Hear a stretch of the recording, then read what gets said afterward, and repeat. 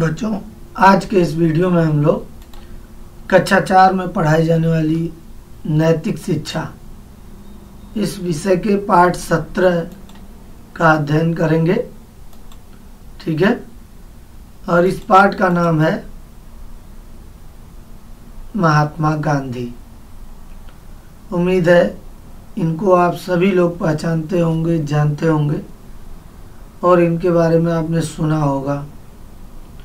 आज इन्हीं के बारे में हम लोग समझेंगे, इनके जीवन परिचय से संबंधित बातें करेंगे। तो चलिए, अगर इनको नहीं आप पहचान पा रहे हैं तो उम्मीद है इनको आप जरूर पहचानते होंगे। ये कौन है? महात्मा गांधी जी हमारे देश के राष्ट्रीय पिता। ठीक है, इनको बापू के नाम से हम लोग जानते हैं। आप सबको पता है कि हमारा देश अंग्रेज़ों के द्वारा बहुत दिनों तक शासन किया गया हमारे देश पर, जिसमें उसको आज़ाद कराने में इनकी भी बहुत बड़ी भूमिका रही, महात्मा गांधी जी की। तो चलिए इनके बारे में थोड़ा समझते हैं, सीखते हैं। भारत में समय समय पर महान पुरुष जन्म लेते रहे हैं। राक्षसी प्रवृत्ति को मिटाने के लिए श्री राम आए। कंस जैसे दुरात्माओं का दमन करने के लिए श्री कृष्ण ने इस भूमि पर जन्म लिया। जब पाप बढ़ते हैं तो ईश्वर की कृपा से धार्मिक जीव आत्माओं का जन्म होता है। वैदिक विचारों को लुप्त होते देख महर्षि दयानंद ने वैदिक धर्म का उद्धार किया तो दास्ता की जंजीरों से जकड़ी हुई भारत भूमि को स्वतंत्र करने के लिए महात्मा गांधी का जन्म हुआ।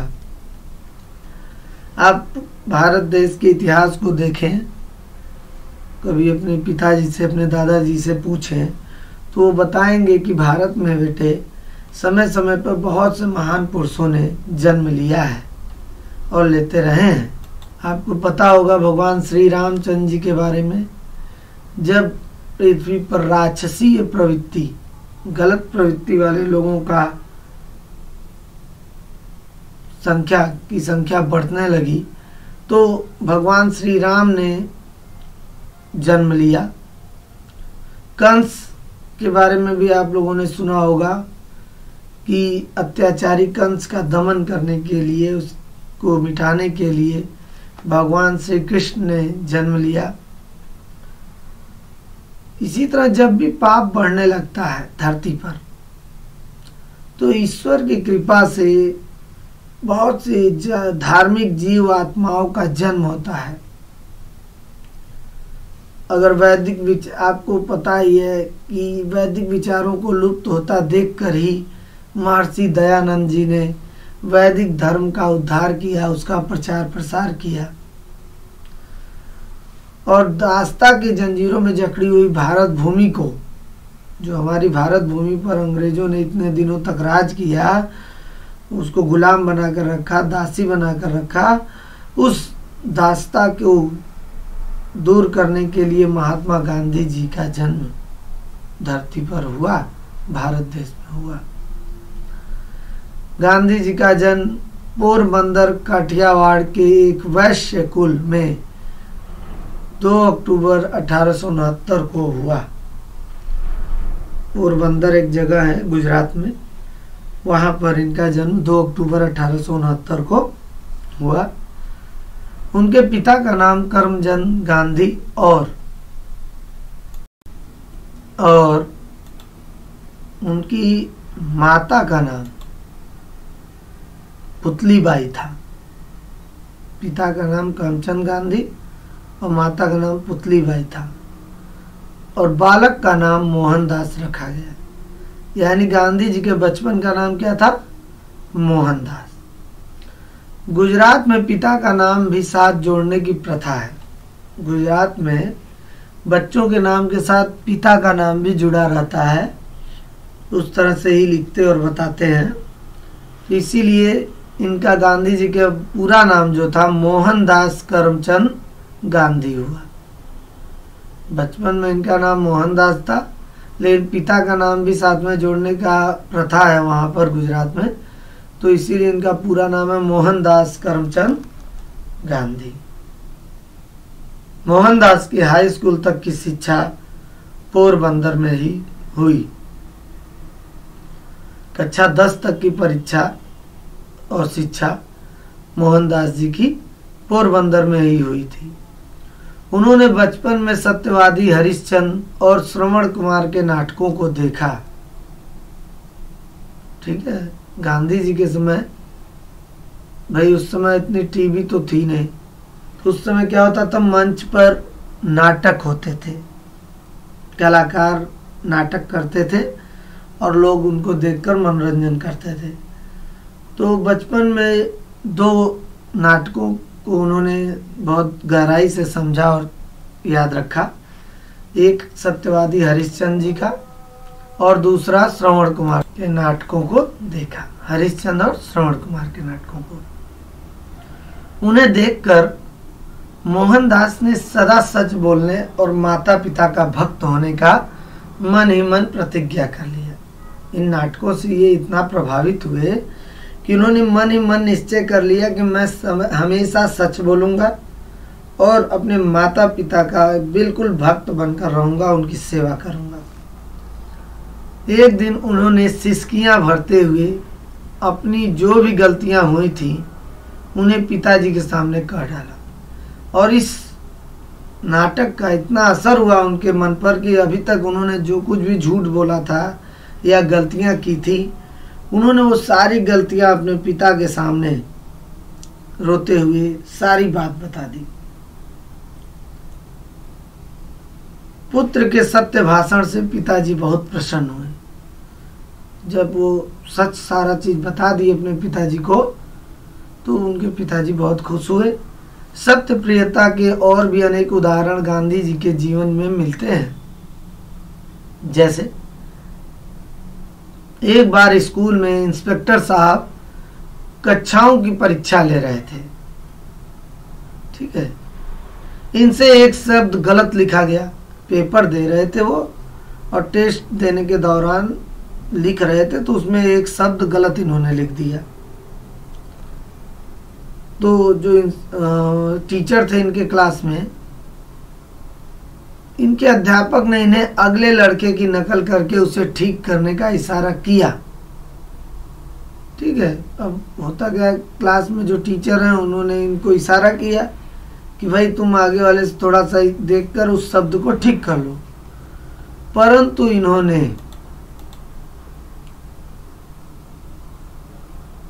परंतु ऐसा नहीं किया। ऐसा करना पाप समझा। ठीक, उन दिनों बाल विवाह का प्रचलन था।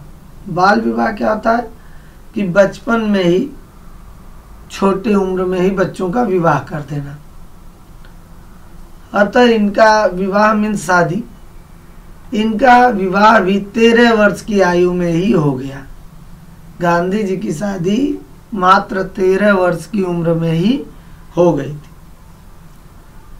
इनकी पत्नी का नाम कस्तूरबा था। पिता की इच्छा के अनुसार बैरिस्टरी की शिक्षा पाने के लिए ये इंग्लैंड गए। इनके पिता की इच्छा थी कि ये वकालत करें। ठीक है, बैरिस्टरी का मतलब वकालत की शिक्षा पाने के लिए ये इंग्लैंड गए। जब ये विदेश जाने लगे तो इनकी माता ने इनसे कुछ प्रतिज्ञाएं कराई। क्या क्या? मैं मांस नहीं खाऊंगा, दूसरा मैं शराब नहीं पीऊंगा, तीसरा मैं सदाचार का जीवन बिताऊंगा। ये 3 प्रतिज्ञाएं इनकी मां ने इनसे कराई जब ये इंग्लैंड जाने लगे। सत्यवादी होने के कारण गांधी जी ने इन प्रतिज्ञाओं को पूरी तरह निभाया। जब वे विलायत में पढ़ ही रहे थे, इनकी माता का देहांत हो गया। पर इस बात का पता उन्हें तब चला जब वे वकालत पास करके भारत लौटे और बंबई पहुंच गए। ये इंग्लैंड में पढ़ाई करने चले गए। उसी दौरान इनकी माता का देहांत हो गया, मृत्यु हो गई, लेकिन घर वालों ने इन्हें इस बात की जानकारी नहीं दी। तो उन्हें जानकारी कब हुई? जब वे भारत वापस लौट कर आए और बम्बई पहुंच गए, तब जाकर उनको, मुंबई का नाम पहले बम्बई था, ठीक है, तब जाकर उनको इस बात की जानकारी हुई कि उनकी माता की मृत्यु हो गई है। इस समाचार से इनके हृदय पर गहरी चोट लगी। अचानक इस तरह का समाचार सुनकर बहुत दुखी हुए वे, उनके बहुत गहरा सदमा लगा। उन्हें ऐसा अनुभव हुआ मानो इनकी जीवन ज्योति ही बुझ गई हो। भाई, सबके जीवन में माता और पिता का बहुत ही महत्वपूर्ण स्थान होता है। जिस तरह हम अपने माता पिता को बहुत प्यार करते हैं, उसी तरह गांधी जी भी करते थे। अब अचानक अगर किसी को ये पता चले कि उसकी माता की मृत्यु हो गई है, तो ये एक बहुत सदमे वाली बात होगी। वैसा ही गांधी जी के साथ हुआ। भारत आकर गांधी जी वकालत करने लगे। कुछ समय पश्चात एक मुकदमे की पैरवी करने के लिए उन्हें दक्षिण अफ्रीका जाना पड़ा। कोई केस था, कोई मामला था जो दक्षिण अफ्रीका का था और उसकी पैरवी करने के लिए उन्हें वहां जाना था। वहां गोरे शासक भारतीयों को, जो अफ्रीकन थे, अंग्रेज वहां पे, अफ्रीकन नहीं, यूं कहिए कि जो अंग्रेजी शासक थे, वहाँ अंग्रेज थे, वो भारतीयों को काला आदमी कहकर बुलाते थे और उनके साथ जो है आपत्तिजनक व्यवहार करते थे। एक बार एक अंग्रेज ने गाड़ी के प्रथम श्रेणी के डिब्बे में इनको सामान समेत बाहर प्लेटफॉर्म पर ढकेल दिया। भाई, गांधी जी भी जो है, प्रथम श्रेणी के डिब्बे का मतलब होता है जो एसी बोगी, आप देखते हो ना, एसी फर्स्ट, सेकंड और थर्ड अलग अलग कैटेगरी में बटा रहता है एसी डब्बे। तो भाई वो भी प्रथम श्रेणी के डब्बे हैं, महंगे होते हैं उसमें सीट बुकिंग। तो गांधी जी उनमें से किसी एक में बुकिंग कराए हुए थे, लेकिन वहाँ जो अंग्रेज थे वो भारतीयों को छोटा आदमी, तुच्छ आदमी समझते थे। तो उनमें से एक अंग्रेज ने उनको सामान सहित प्लेटफॉर्म पर धक्का दे दिया। उस समय भारतीय काला आदमी गोरी जाति के साथ प्रथम श्रेणी में यात्रा नहीं कर सकता था। उस समय कोई भी अंग्रेजों के साथ यात्रा नहीं कर सकता था भारतीय। गांधी जी ने इस अन्याय को मिटाने के लिए सत्याग्रह किया। गांधी जी को यह बात बहुत बुरी लगी और उन्होंने सत्याग्रह आंदोलन शुरू कर दिया। अफ्रीका के गोरे शासकों को अपने नियम बदलने पड़े और यह सत्याग्रह इतना सफल रहा कि अंग्रेजों को अपना नियम बदलना पड़ा। इन सत्याग्रहों की कीर्ति भारत में पहुंची तो यहाँ की जनता में भी जागरण आने लगा। जब गांधी जी द्वारा किए गए सत्याग्रह की बात भारत में भी पहुंची तो लोगों में जागरण होने लगा, यानी लोग उत्सुक होने लगे आज़ादी पाने के लिए और गांधी जी के साथ निकल पड़े। भारत लौटकर गांधी जी ने कांग्रेस की बागडोर संभाल ली। जब गांधी जी वहां सत्याग्रह आंदोलन करके नियमों में परिवर्तन कराए, अफ्रीका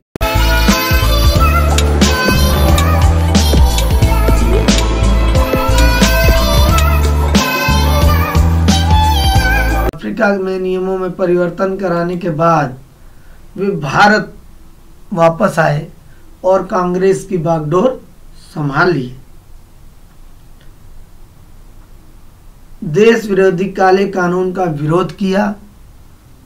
नमक पर टैक्स बढ़ाए जाने पर इन्होंने नमक सत्याग्रह करने के लिए डांडी नाम के स्थान की ओर कूच किया और वहां नमक बनाकर सरकार के काले कानून को जनहित में तोड़ा। अंग्रेज तरह तरह के टैक्स लगाते थे भारतीयों पर, जिसके कारण भारतीयों के ऊपर दबाव बढ़ते जा रहा था। ऐसे में गांधी जी ने सत्याग्रह करने के लिए दांडी नामक एक स्थान है, वहाँ से अपना सत्याग्रह शुरू किया और वहाँ नमक बनाकर सरकार के काले कानून को जनहित में तोड़ा।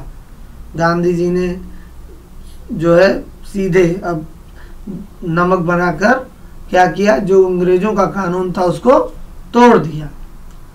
अन्याय को सहना पाप है, ऐसा बोलते हुए इन्होंने अन्यायी सरकार से असहयोग किया और जनता को भी ऐसा करने को कहा।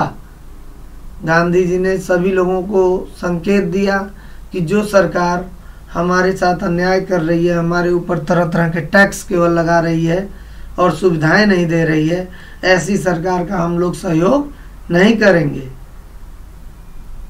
उनकी बात मानकर जनता भी ऐसा ही करने लगी। गांधी जी ने लोगों को जगाने के लिए तथा सत्य और अहिंसा की प्रतिष्ठा के लिए अनेक बार उपवास किया, व्रत किया। दूसरा विश्व युद्ध शुरू होने पर, आपको मालूम है विश्व युद्ध, 2 विश्व युद्ध हो चुके हैं दुनिया में, तो दूसरा विश्व युद्ध शुरू होने पर अंग्रेजों ने वादा किया था कि युद्ध में अगर जीत जाएंगे वे तो भारत को आज़ाद कर देंगे। अंग्रेजों ने ऐसा गांधी जी से वादा किया था, लेकिन विजय पाने के बाद वे अपने वादे से मुकर गए। लेकिन द्वितीय विश्व युद्ध में जीत मिल जाने के बाद भी वे अपने वादे से मुकर गए, पलट गए। गांधी जी ने उन पर विश्वास करके इस युद्ध में अंग्रेजों का साथ दिया था। अंग्रेजों के इस विश्वासघात का गांधी जी को बहुत दुख हुआ। अंग्रेजों ने धोखा दिया।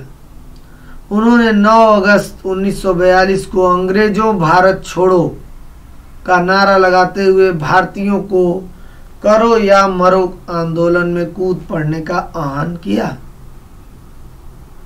जब उनको धोखा मिला अंग्रेजों की तरफ से, तो गांधी जी ने भी भारत छोड़ो, अंग्रेजों भारत छोड़ो आंदोलन शुरू किया और लोगों से कहा कि इस आंदोलन में करो या मरो, मतलब बिल्कुल आपको एकजुट हो जाना है। इस आंदोलन में हजारों देशभक्त जेलों में डाल दिए गए।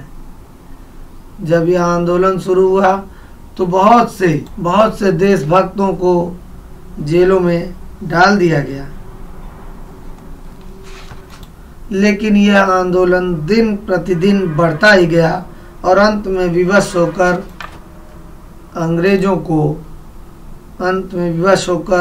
अंग्रेजों ने 15 अगस्त 1947 को भारत को 2 भागों में बांट दिया और शासन की बागडोर भारतीयों तथा पाकिस्तानियों के हाथ में दे दी। इस विभाजन का फल देश के दोनों देशों को सांप्रदायिक दंगों के रूप में भोगना पड़ा। आंदोलन किया गांधी जी ने और अंग्रेजों को उन्होंने भगा तो दिया देश से, लेकिन जाते जाते अंग्रेजों ने हमारे भारत देश को 2 भागों में बांट दिया, एक भारत और दूसरा पाकिस्तान। और इस विभाजन का जो नतीजा हुआ वह यह हुआ कि दोनों भागों को सांप्रदायिक दंगों के रूप में भोगना पड़ा। दोनों देशों के लोगों ने यह नहीं समझा कि यह सारा का सारा किया धरा अंग्रेजों का है, इसमें भारतीयों का कोई हाथ या पाकिस्तानियों का कोई हाथ नहीं है। लेकिन लोग एक दूसरे से लड़ पड़े और सांप्रदायिक दंगे हो गए, लोग धर्म के नाम पर लड़ने लगे। इस दौरान भी बहुत से लोगों का जान गया, बहुत से लोगों को अपनी जिंदगी से हाथ धोना पड़ा। भारत में हुए दंगों को शांत करने के लिए गांधी जी को अनशन करना पड़ा। 30 जनवरी 1948 को जब वे प्रार्थना सभा में सम्मिलित होने के लिए जा रहे थे, तो नाथूराम गोडसे ने 3 गोलियां चलाकर उनकी हत्या कर दी। दरअसल कई लोगों का ऐसा मानना था कि गांधी जी की वजह से देश 2 भागों में बंट गया, जबकि ऐसी बात नहीं थी। लेकिन कई लोग ऐसा सोचते थे। उन्हीं में से नाथूराम गोडसे भी एक ऐसा आदमी था जो यह समझता था कि गांधी जी ने ही देश को 2 भागों में बांट दिया और ये सांप्रदायिक दंगे उनके कारण हो रहे हैं। इसीलिए नाथूराम गोडसे ने क्रोध में आकर, गुस्से में आकर गांधी जी पर गोलियां चला दिया बंदूक से और उनकी हत्या कर दी। उनकी मृत्यु पर अल्बर्ट आइंस्टाइन ने कहा था, अल्बर्ट आइंस्टाइन को आप जानते होंगे, बहुत महान वैज्ञानिक ये थे, कि एक दिन दुनिया यह विश्वास नहीं कर पाएगी कि सचमुच में हाड़ मास का कोई गांधी यहाँ रहता था। उन्होंने कहा कि एक ऐसा दिन भी आएगा जब लोग यह विश्वास नहीं कर पाएंगे कि हड्डी और मांस से बना हुआ कोई इंसान इतना प्रभावशाली था कि उसने पूरे अंग्रेजों की दुनिया को हिला दिया था। कोई गांधी यहाँ रहता था। बर्नार्ड शॉ के शब्दों में गांधी की हत्या यह दिखाती है कि अधिक अच्छा होना कितना खतरनाक है। एक लेखक बर्नार्ड शॉ, उन्होंने भी गांधी जी के बारे में बताया कि बताइए, गांधी जी ने अपना पूरा जीवन भारत देश को आज़ाद कराने के लिए लगा दिया। भारत देश को आज़ादी दिलाने के लिए उन्होंने अपना पूरा समय, अपना पूरा जीवन लगा दिया। लेकिन इसके बाद भी कुछ लोग असंतुष्ट रह गए और उन्होंने गांधी जी की हत्या कर दी। यानी कि बहुत ज़्यादा अच्छा होना भी कितना खतरनाक हो सकता है, यह हम गांधी जी के जीवन से सीख सकते हैं।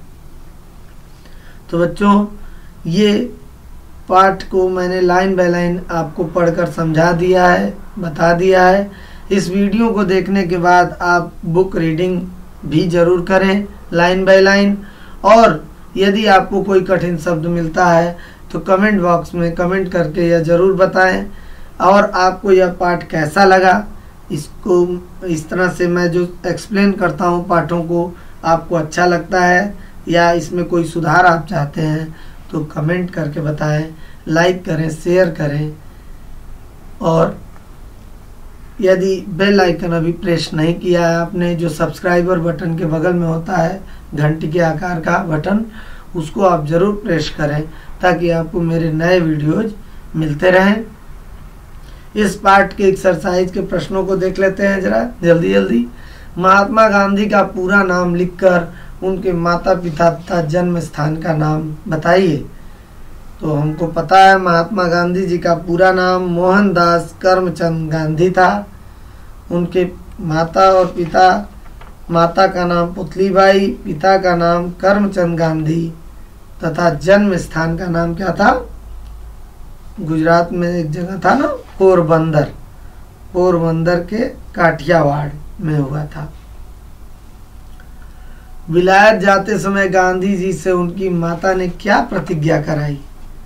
तो भाई आपको याद होगा 3 प्रतिज्ञाएं कराई थी उनकी माता ने।